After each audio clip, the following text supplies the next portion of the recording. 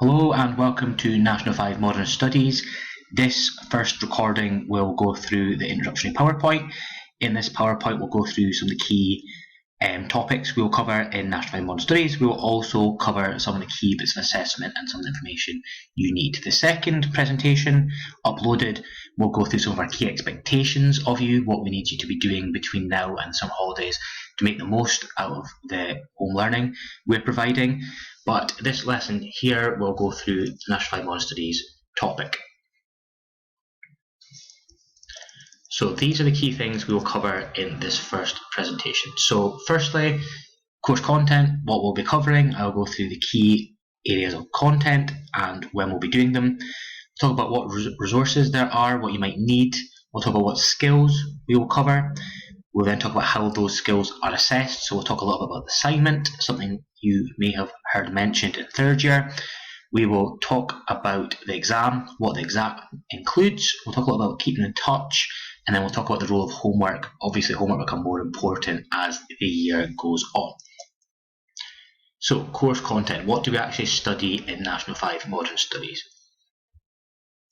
The first topic is crime and law. It covers all these key things here. So we start off with the nature and extent of crime. So how do we define crime and how much crime is there going on in Scotland and the UK just now? Once we have looked at the extent of crime, we talk a little bit about the causes, what can cause people to cause crime. We will look at biological causes, we'll look at social, and we'll look at economic causes of crime. Once we've talked about what can cause crime, we then look at the impact, how it impacts different groups. So within those groups, we'll look at the offender, the person who has committed the crime.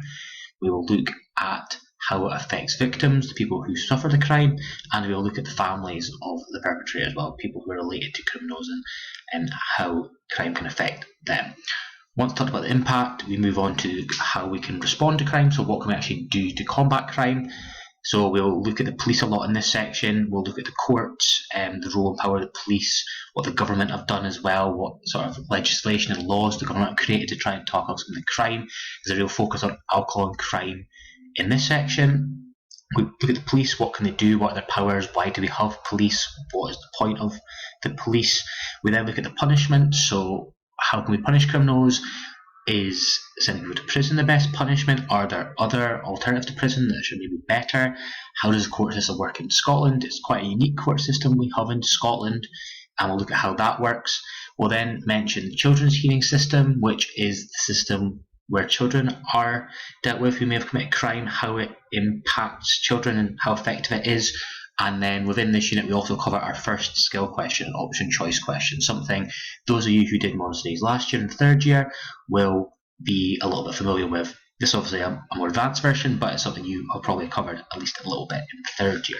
Once we're finished crime and law, the period of time between now and summer will all be crime and law. We're just doing some of these key topic areas between now and summer, and we'll be finishing off after the summer holidays. But once we've done that, sort of just before the October holidays, we move on to our second topic, which is a world power. Our world power is America. We look at these key topics in the America section. So the first bit is the influence of America. So how can America influence other countries? Obviously this topic is called world powers. So look at why we can call America a world power, what makes it a world power, and how can it use its powers to influence other people around the world. Once we've talked about that, we move on to representation. So who represents Americans at different levels of politics, and how does the American political system actually work. Within that, we've got rights and responsibilities of American citizens as well. What rights do they have given to them, especially under the Constitution, and what responsibilities come with those rights. We look at participation, so how can people take part in politics, how can they influence the politicians, and that links in with interest groups as well, groups of people who try and influence the government as well by working together. Also within that section, we'll talk a little bit about underrepresentation, which groups are maybe not as well represented as they could be. We then move on to social and economic issues, so we look at three key socio-economic issues. We look at healthcare. Obviously the American healthcare system is very different to what you're used to with the NHS in the UK. It's paid for, and we'll look at how that affects Americans. We'll look at education. Again, university or college in America is very expensive. Obviously in Scotland it's free, so again, how does that impact people? And then we'll also look at poverty and how that affects people. We'll look at how it affects individuals, and we'll look at the potential effects on different groups as well. So do all groups suffer these issues equally, or are some groups more impacted than others? We then finish off the content in America by looking at the socio-economic issues in the USA. So how have the government responded, and what have the government actually provided for people in response to health, poverty and education, and how effective have those programs been? And then we move on to our second skill, again a skill you'll be familiar with if you did S3 Modern Studies, conclusion questions. And then our final topic will start probably in early January, are these key areas here under the topic democracy in the UK. So democracy in the UK is maybe a little bit similar to some of the stuff we covered in third year under democracy in Scotland. There's some similarities, some differences. So the first bit talks about the system of government. So how is the UK governed? How does it all work? Then we look at devolved and reserved powers, something you've touched upon in third year. After that, we move on to the powers of the Prime Minister. So what powers does Boris Johnson have, and what powers do MPs have, and how can they use their powers to potentially limit what Boris Johnson can do? Participation in the political system, how can you get involved? What can you do to become involved in politics? We then look at people's involvement in political parties. So the most obvious way of taking part is the general elections. We'll look at how they work, what the results have been in the previous general elections, and we'll look at what parties do to try and do well, win general elections. We'll look at the electoral systems, so what different systems are used in the UK. There's different systems for UK elections, Scottish elections and local elections, so we'll look at those different systems, how do they all work, and what are the advantages and disadvantages of each, and which one's maybe the best. We'll then touch upon the House of Commons and House of Lords. What are they, how do they work, and what is the point in them in Britain? After that, we finish off a quick bit on outside influences, so pressure groups and the media, and how those groups can also influence politics and politicians and make them make certain decisions. And then our last skill is taught within democracy in the UK, which is a support and oppose question, again something we've touched on in third year modern studies. So skills. So I've gone through all that content. There's three areas, there's lots of different bits within that content, but what you need to do with the content is you need to be able to apply certain skills to it. Those skills will link into what the SQA will expect you to do come the exam at the end of fourth year. So there's 5 key skills the SQA will be looking to assess in modern studies. The first 2 link to P questions, your point explain example questions you've been practicing in third year. It will be the key way of answering knowledge questions. So knowledge questions will come in 2 ways. They'll either be a describe question, you'll be describing something, or an explain question, you'll be explaining something. We'll talk about how to approach both styles of questions and what the differences between the 2 are as we move on through the course, but describe questions and explain questions are your 2 main knowledge questions. They could be worth 4, 6 or 8 marks in the final exam depending on how many responses they're expecting from you. The other 3, the option choice, the conclusion and support and oppose question, those 3 are all linked to sources. So they link to source of evidence, 3 sources generally, and you have to do something with it. So you either have to make a decision in an option choice question, you have to draw conclusions in a conclusion question, or you have to support or oppose a viewpoint in a support or oppose question. Those questions are worth 10 marks each, so 30 marks in total. There'll be 1 of each in the final exam. So you need to be able to do all 3 of those skills in addition to the knowledge questions.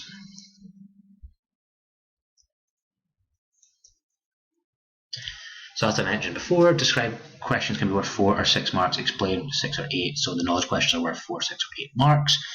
Option questions are worth 10, conclusion to 10, and support post 10, so 30 marks in total for your source questions.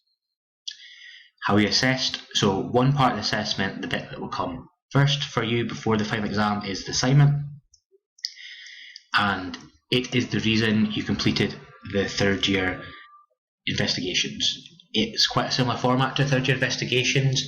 Basically, you have to identify and research a modern studies topic. You have to use different methods to research it, you have to evaluate the advantages and disadvantages of each of your methods, you have to explain some findings, so what you found out about the topic, you have to reach an overall judgment on your hypothesis, which is a question you'll prove correct or incorrect, and you have to draw conclusions on it as well. So it's quite similar to the investigation you complete in third year. It draws a lot of skills you've been building up over the years in modern studies. It's important because it's worth 20 marks. Modern studies is out of 100 marks in total, so 80 for the exam, 20 for the assignment. So being able to write this assignment to a really good level is very important. It can be the difference between a really good mark or a slightly disappointing mark, having a good or bad assignment. So having a good assignment is very important. You do have a thing called a resource sheet that will support you. During that, we'll go into more detail when we get around to doing the assignment in February and March, but it is worth 20 marks. It's worth 20% of your overall marks, so it's something to be aware of, and it's something you have to make sure you do really well in when it comes around in February and March next year. As well as the assignment is the exam. It's the other 80 marks. You do 3 topics, so you do political issues, democracy in the UK, you do crime and law as a social issue, and you do your world power of America. There will be 80 marks divided between the 3 sections. One section will obviously be worth slightly more than the other 2. So there's different questions, and there's 12 different questions in total across the different sections. Each section has 3 describe or explain questions. There will be an 8-mark question in there somewhere, so you need to know how to answer the 8-mark questions. The 80 marks for this added on to the 20 marks for your assignment totals 100, and that's how your final mark will be reached. Just a note, in further presentations we'll go through the SQA and what resources they provide, but just be aware that the National course has changed slightly recently, so some past papers may look slightly different to this new structure, the 100 mark structure. They were previously shorter. Keeping in touch, the best way to keep in touch is Google Classroom. You're obviously on the Google Classroom. We can be reached through that. It's how we'll be setting assessment, it's how we'll be setting work. The next presentation is about our key expectations and what resources are on Google Classroom for you to help support you through this time, this 8 weeks before the summer holidays. So we'll go through that, but Google Classroom is obviously a key way of keeping in touch with your teachers. There's online support as well. There'll be background articles, revision booklets, skill booklets, exam skill questions, and example of people work. We'll go through all of that. There's a website we can show you as we go on through the course. You can use to access that, as well as all the resources being available on the Google Classroom. Homework, obviously very important. Another key part of modern studies is keeping up to date with the news. The news is ever changing. Modern studies is ever changing. Crime statistics can change. What's going on in America can change. There's obviously an election coming up in America fairly soon, Trump's re-election, so keeping an eye on what's going on there will be very useful. Politics is always changing. There's been a lot of change in British politics over the last few years, so keeping up to date with what's been changing, how it's changed, what the government are doing, how the Brexit process is going, keeping on top of that is very useful. You need to have real life current examples for modern studies, therefore keeping up to date with the news is a very useful tool for providing these examples, and something you should make sure you are doing on top of any work we give you home. Classwork will be a variety of tasks. There'll be some recordings from us, there will be some question and answers, there'll be some PowerPoints, there'll be some discussions. We'll try and mix through it. We'll give you a traffic lighting opportunity to go through some of the different topics and see how well you know them. We'll be reflecting on your learning as well, and we'll be keeping a sort of log of your progress within exam questions as well. For now, any questions, me and Mr. Buse can be contacted via email or through Google Classroom. Next step is to watch the next presentation regarding the expectations for modern studies over the next 2 weeks and what resource will provide you for that. Hopefully this has given you a bit of an insight into how modern studies is assessed, what content we'll be covering, and the key sort of bits and pieces you need to know before we start on modern studies. But the next 2 presentations, one about the expectations and the second about what the SQA provide in terms of resources, will be useful as a useful start point for modern studies and getting ready to go with the content later this week.